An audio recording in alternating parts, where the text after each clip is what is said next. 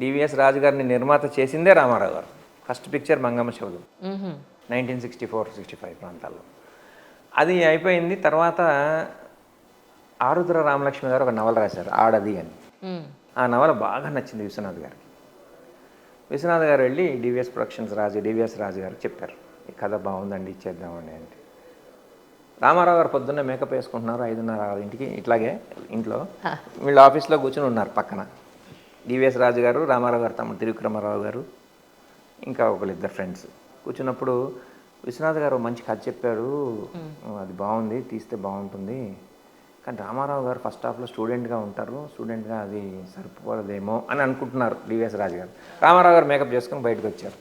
ఏంటి బ్రదర్, ఏంటి విశేషాలని, ఒక మంచి కథ విన్నానండి విశ్వనాథ్ గారి దగ్గర అంటే. విశ్వనాథ్ గారి దగ్గర ఆల్రెడీ రామారావు గారు చేస్తున్నారు, చిన్ననాటి స్నేహితులు అలాంటి సినిమాలు చేస్తేను అది బాగుంది కథ, కానీ ఫస్ట్ హాఫ్లో కాలేజ్ కుర్రాడు అయి ఉంటాడు ఆ కథలో హీరో అంటే, అది మనకు వద్దులేండి, మనం చేస్తే బాగుండదు, ఒక పని చేయండి శోభన్ గారితో చేయించండి చెప్పి. జీవన జ్యోతి సినిమా, అది ఎంత పెద్ద సక్సెస్ అది. అమ్మో, అవును కదా. జీవన జ్యోతి సినిమా అని రామారావు గారు చెప్పి శోభన్ బాబు గారికి చేయించారు, డివిఎస్ రాజు గారు చెప్పి.